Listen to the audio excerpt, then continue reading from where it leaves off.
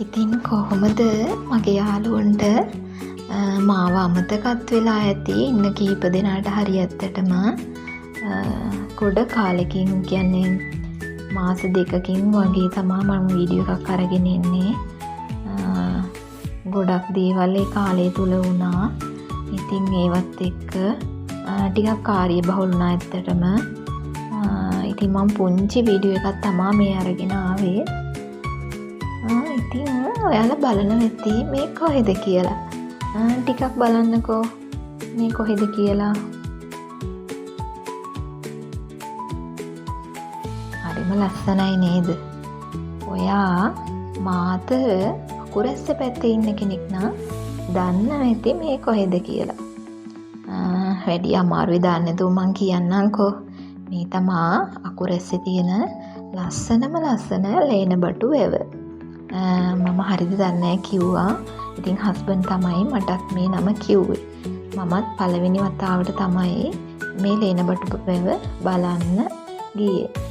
අපි ওই පුංචි පැටව දෙන්නත් අරගෙන ගියේ. ඉතින් ඒගොල්ලෝ හරි ආසයි මේ වගේ තැන්වල ඇවිදින්න. ඉතින් අපි වටේම ටිකක් බලලා චුට්ටක් ඉඳගෙන හිටියා වැව අද්දරට වෙලා.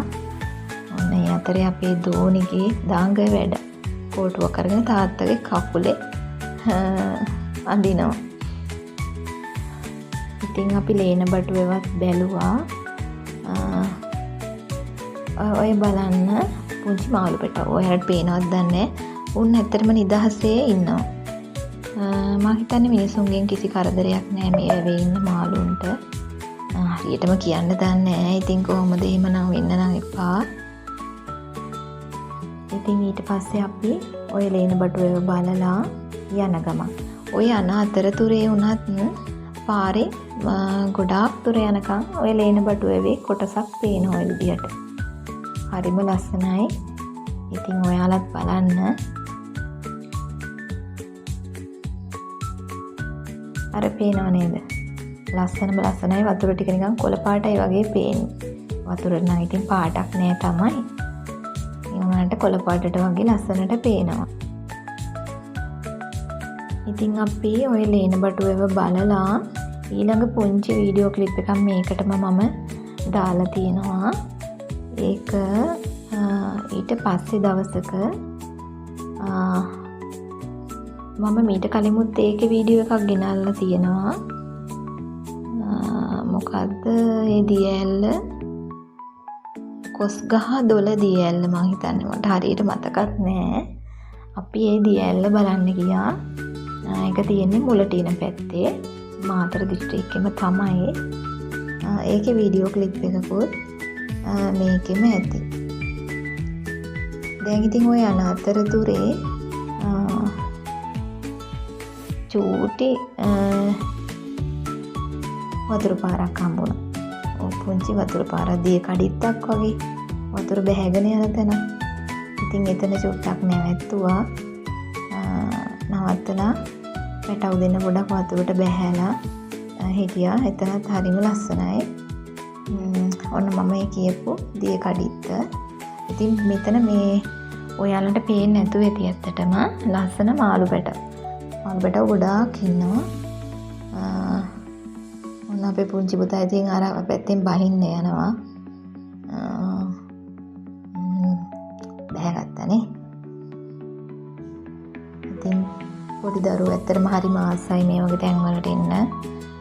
ස්වභාව ධර්මයට ආදරය කරන කෙනෙක් වුණත් නැතත් ඇත්තට මේ වගේ තැනකට එන්න ආසයිනේ. ඉතින් මම කියන එකම දේ ස්වභාවික පරිසරය ඇත්තටම විනාශ කරන්න එපා.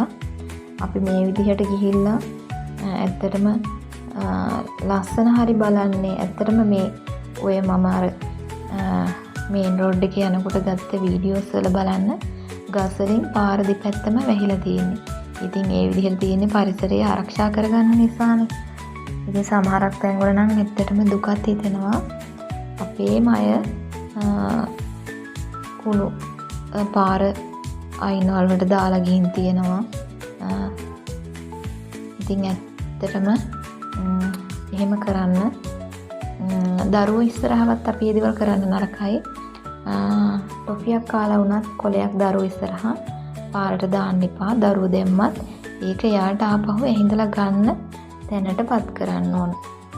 එතකොට එයාගේ බෑග් එකේ අර කොල ඔක්කොම ගෙදර එනකොටත් තියෙයි. ඉතින් ඒක වටින අදහසක් වෙයි මගේ යාළුවෝ හැමෝටම. ඊට පස්සේ මම අර කිව්වේ පුංචි වීඩියෝ ක්ලිප් එක. ඒක තමයි මේ.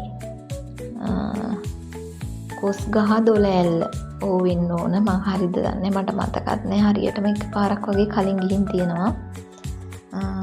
ඔන්න ඉතින් එතන.